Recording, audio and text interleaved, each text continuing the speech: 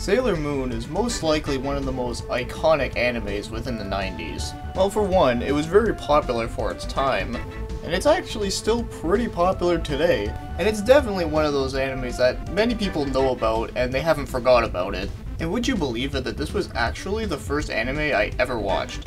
Ever. So I guess you could say that this is the anime that got me into animes.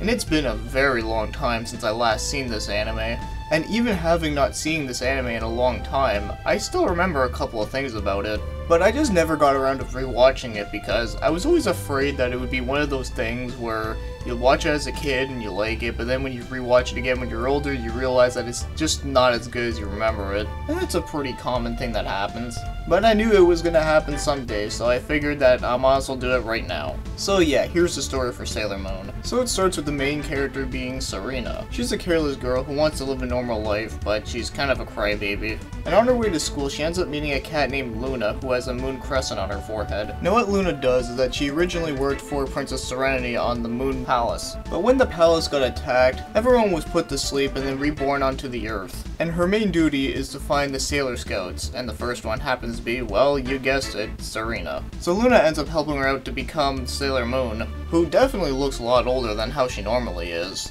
And there are many others within the Sailor Scout that they meet later on, such as Sailor Mercury, Sailor Mars, Sailor Jupiter, and Sailor Venus. And there are plenty of other ones, but I won't get into all that. And of course you can't forget Tuxedo Mask, who is always one of the more memorable characters. And one of his special powers is that he has psychic abilities that he can tell whenever that Serena is in danger, which is why you see him a lot, and he happens to come out at the right time. It's not just pure luck. So the very basic of the plot is that the Sailor Scouts have to defend the Earth from various enemies such as Queen Beryl from the Negaverse, and there's quite a few others. So that's the very basic of it. Yeah, so nothing too complicated, and it's pretty simple. Although the big thing about the Moon Palace is also quite a big backstory, but I won't get into all that. Now it is pretty interesting to note that Sailor Moon was one of the animes that made the magical girl genre very popular. For a long time I always thought it was the first anime to have that genre, but actually it isn't. And that title would have to go to Hamitsu no Aku-chan.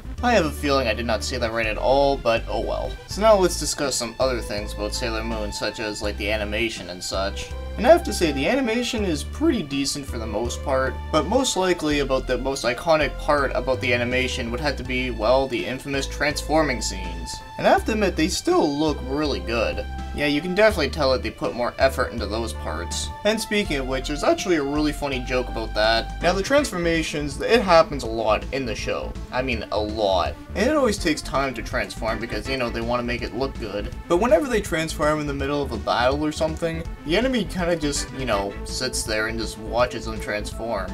And I guess they just don't want to interfere with it because they're like, oh dude, naked chicks.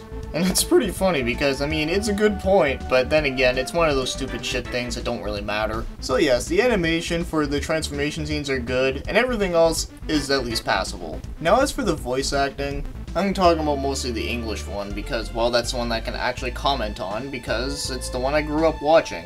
And I'll be quite honest with you, I actually don't mind it too much. Now, a lot of things I always hear from other people whenever they talk about the voice acting in the show is that they say it's like really corny, cheesy, and just, you know, not all that great, and gets really annoying. And here's the thing. I can partially agree with that. Now, the parts that I do agree is that, yes, it can get annoying after a while. Then again, this is not an anime that I would like sit down and watch for like many hours on end. But I do agree that yes, it can get annoying, but however, the kind of cheesiness that the voice acting actually has is that it's actually kind of like campy and fun. And it also sounds like that a lot of the voice actors actually had a lot of fun doing this. Now sure, it's not perfect, but at least they put effort into hamming it up.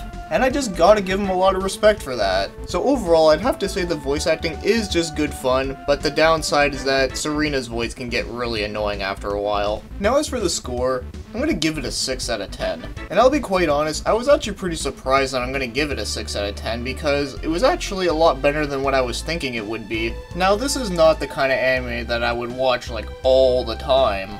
but at least I can say that it's at least watchable, and it can be pretty fun at times. And yeah, I know, it's kind of a girly anime and all, but it is funny to note that when I was younger, and when I was watching this for the first time with my sister, yeah, that was the reason how I got into this show. When I was talking with other kids around my age at the time, a lot of us actually did end up watching Sailor Moon because, you know, just look at those legs, for example. Okay, well, to be serious, yeah, it is an anime that a lot of kids liked, and a lot of guys that liked it were always, like, so, like, guilty of it that they always kept it a secret. I mean, there are a lot of dudes that were from the 90s that were, like, obsessed with the Spice Girls, so, I mean, with this, I don't see why not. Because I'm sure at one point in our lives that whenever we were growing up, we always thought that we always had the, like, manly things, like, you know, like He-Man and such. But sometimes you just gotta watch something girly at least once. But either way, Sailor Moon is at least a decent anime.